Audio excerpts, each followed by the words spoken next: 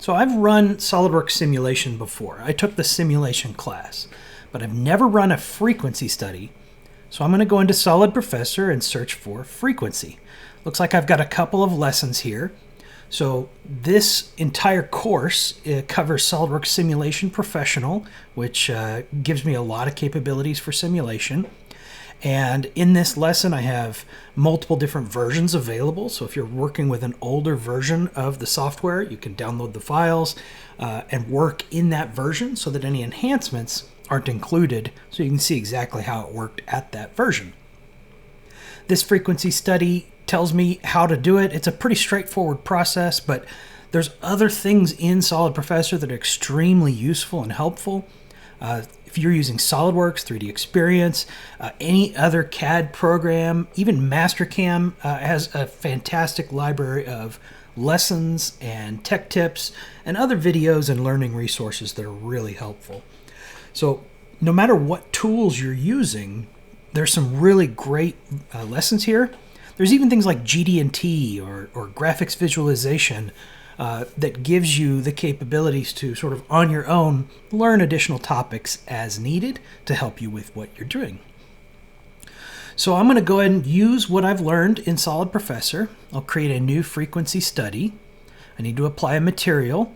This is an aluminum 2024. That's going to give me the density, which is the weight. It's also going to give me the stiffness. I need to tell it where it's going to be fixed. So we'll fix it on the bottom 4 feet here. That's where it's going to be grabbed by that fixture. And that's it. A frequency study checks to see how it's going to naturally vibrate as it gets loaded up by being repeatedly hit by that flute on that cutter. So these are the results. You get 2 major things from a frequency study. You get the shape, and you can see that arch and the overall structure is kind of moving around a lot. Anything around 70,000 RPM is going to create a problem, and to get to 70,000 RPM, we need to run 12,000 RPM and 6 flutes. We're not going to do that. So we should be okay, but I want to take into account also the flexibility in the machine. So I want to make sure I'm really far away from that. I'm going to run another quick study here with just structural analysis. So this one says, okay, if I push on that with the cutter, how much deflection is it going to give us? So that deflection says, okay, when I take my spring pass, knowing how much force the tool is going to apply, how much deflection am I going to get? And this is quite a bit of force, and we're seeing right around 1/1000th of an inch. So when I take that spring pass, the force is going to be way less, meaning the deflection should be way less than 1/1000th of an inch, which should suit our needs just fine.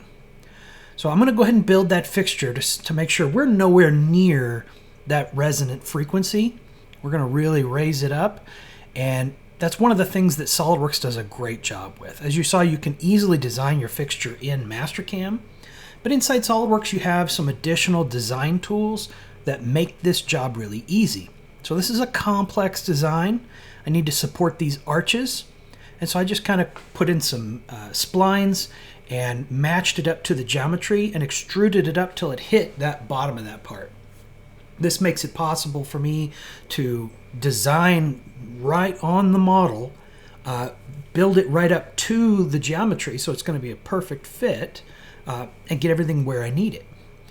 Next thing I do is I'll add a support for these loops. Notice they're not all connected. Everything's just kind of on its own little piece. We'll merge those together in just a little bit. And this is also in an assembly. So this is actually a part file that's in an assembly. I can open it up in its own window so I can kind of do some detail work to get it down and finalized to what I want it to be, what I need it to be, which is a fully built and ready to 3D print fixture plate. So here's a few steps that I skipped, but I'm here to put the holes in. So I've got a hole wizard. Hole wizard just puts in whatever size you need. So if I need like a 3/8 clearance hole, I just tell it it's a 3/8 clearance, and it puts in the correct size hole, which is going to be a round drill size. So it's going to be easy to work with. I put in a slot here to kind of drain some coolant out, and back in the assembly, I'll throw some hardware on. So in the SOLIDWORKS toolbox, which is an environment that has all the different fasteners, washers, bolts. It even has power transmission components, just about anything you'd buy from Fastenal, McMaster-Carr, or whatever, as far as hardware is concerned. There's a 3D model there that you can pick up.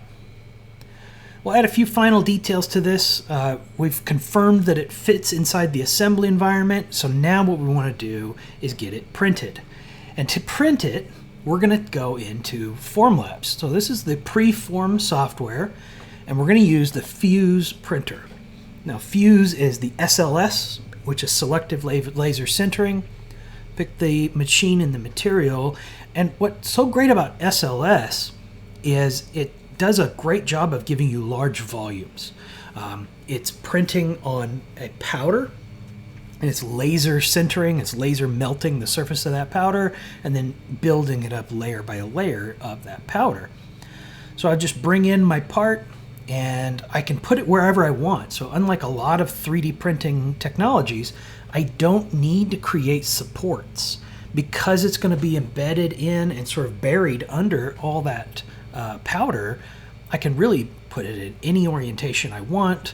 Definitely I'll stack in some other materials and some other parts in there to try to get as much efficient use as I possibly can.